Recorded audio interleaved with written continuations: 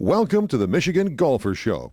Join us each week as we explore the people, the places, and the events that shape our great game.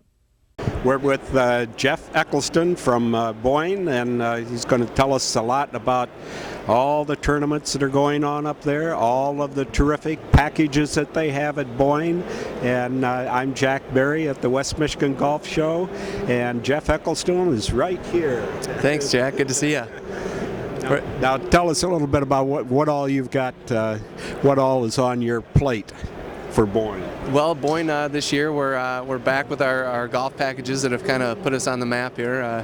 We have our room and round package is really been a great success for us in the past few years, starting at $68. So the value is really it shows itself when you're comparing against our daily fees, and that you can stay for just as much as you can play and do both type of thing. So. It really has been a strength of ours. Of course, with 8 golf courses, there's plenty for everybody. So unlimited golf is just as popular. We get the nuts that want to play 18, 36, 54 a day, and we're all for it and ready for them. Well, I know the Boyne Golf Weeks are fantastic. That's been the greatest bargain in the game, and it's kind of an outgrowth of what Boyne started on, skiing, with the ski weeks. And definitely, a lot of people, come year after year, and those relationships are built, and it's fun. We kind of, they're not only our customers, they're our friends, and as I've been with Boyne now for about 6 years, you recognize the same people coming back year after year, and it's really exciting to see them, and hopefully give them just as great of an experience as they've had in the past.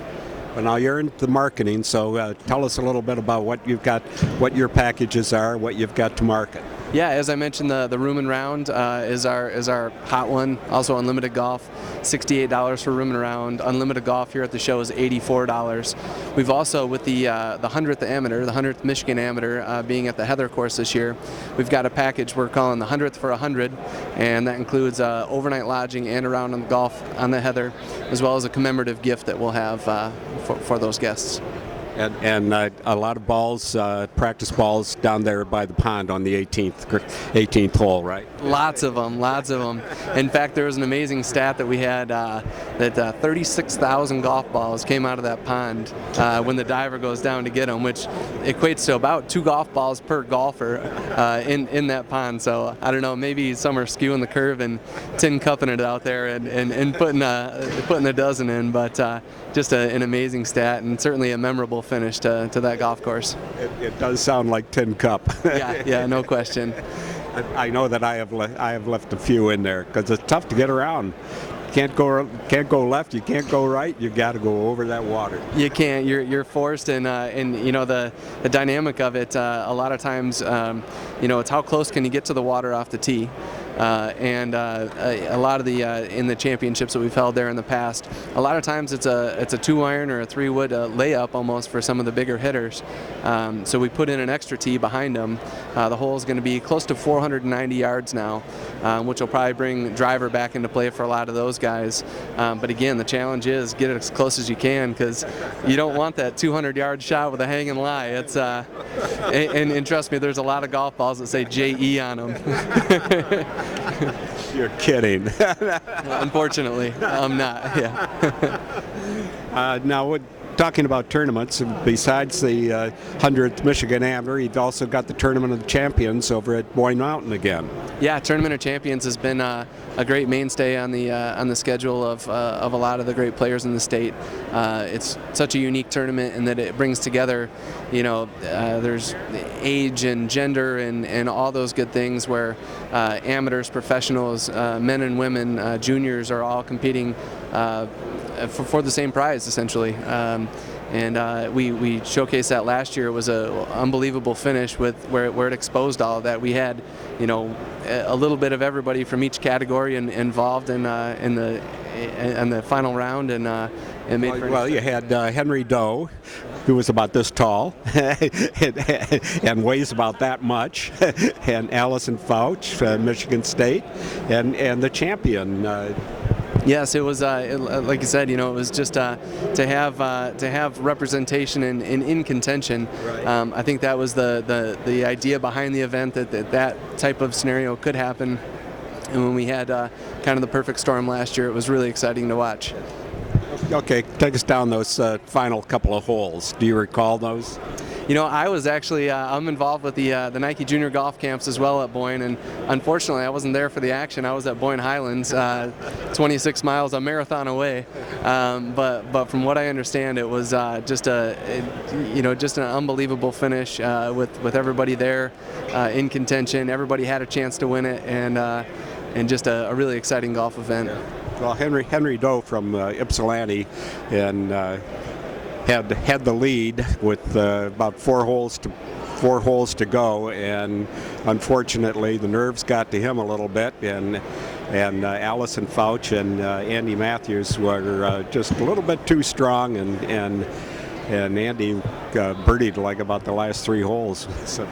Yeah, and what an experience for Henry too to go out and I think the comment was that I played perfect golf, and when I heard that there was a 62 up there, I was, you've got to be kidding me. And then when I heard who had shot it, you really got to be kidding me, and this has got to be a joke. But certainly I'm sure an experience that he'll take and learn from and only get better because of, and it's not the last we're going to hear from him. No, and I think he's grown probably a little bit this year over the winter, and Henry is certainly refreshing voice or face in the Michigan golf scene.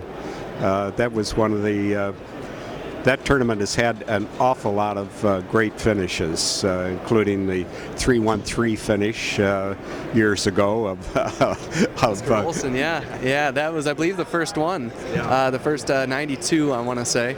And certainly, I can picture right there by the snack shack. It's there forever on a rock engraved, the 3-1-3 finish.